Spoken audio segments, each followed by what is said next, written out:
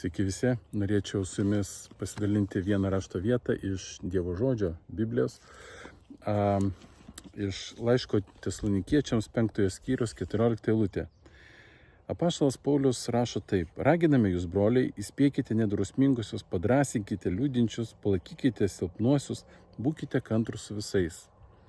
Jisai čia mus ragina, kad mes turėtume iš tikrųjų paraginti vienas kitą, mes turėtume pasižiūrėti, kaip vienas kitam sekasi. Ne su tą mintim, kad mes pasmerktume vienas kitą, bet mes turėtume iš tikrųjų pasižiūrėti, ar mes tikrai patys gyvename šventai, ar mūsų gyvenimai atitinka Dievo žodį.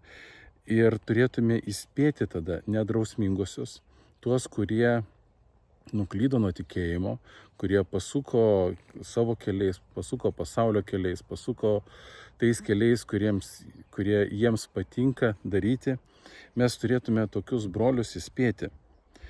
Mes turėtume taip pat padrąsinti tuos, kurie galbūt yra nuliūdę, kurie mūsų tarpe yra pasimetę, kur galbūt neteko darbo, ar įvyko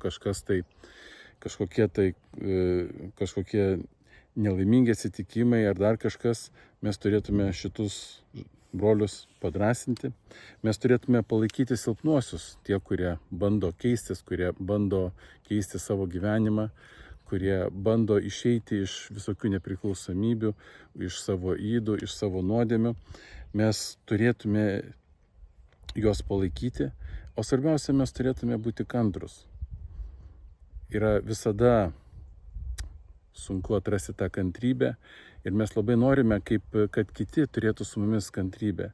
Bet kaip yra sunku patiems parodyti tą kantrybę. Todėl apaštalas Paulius mus ragina: būkite kantrus su visais. Ne tik su mano broliu ar sese, bet ir su mano kaimynu, su mano žmona, su mano vaikais. Mes turėtume būti kantrus ir išlikti Dievo vaikais. Būkite palaiminti.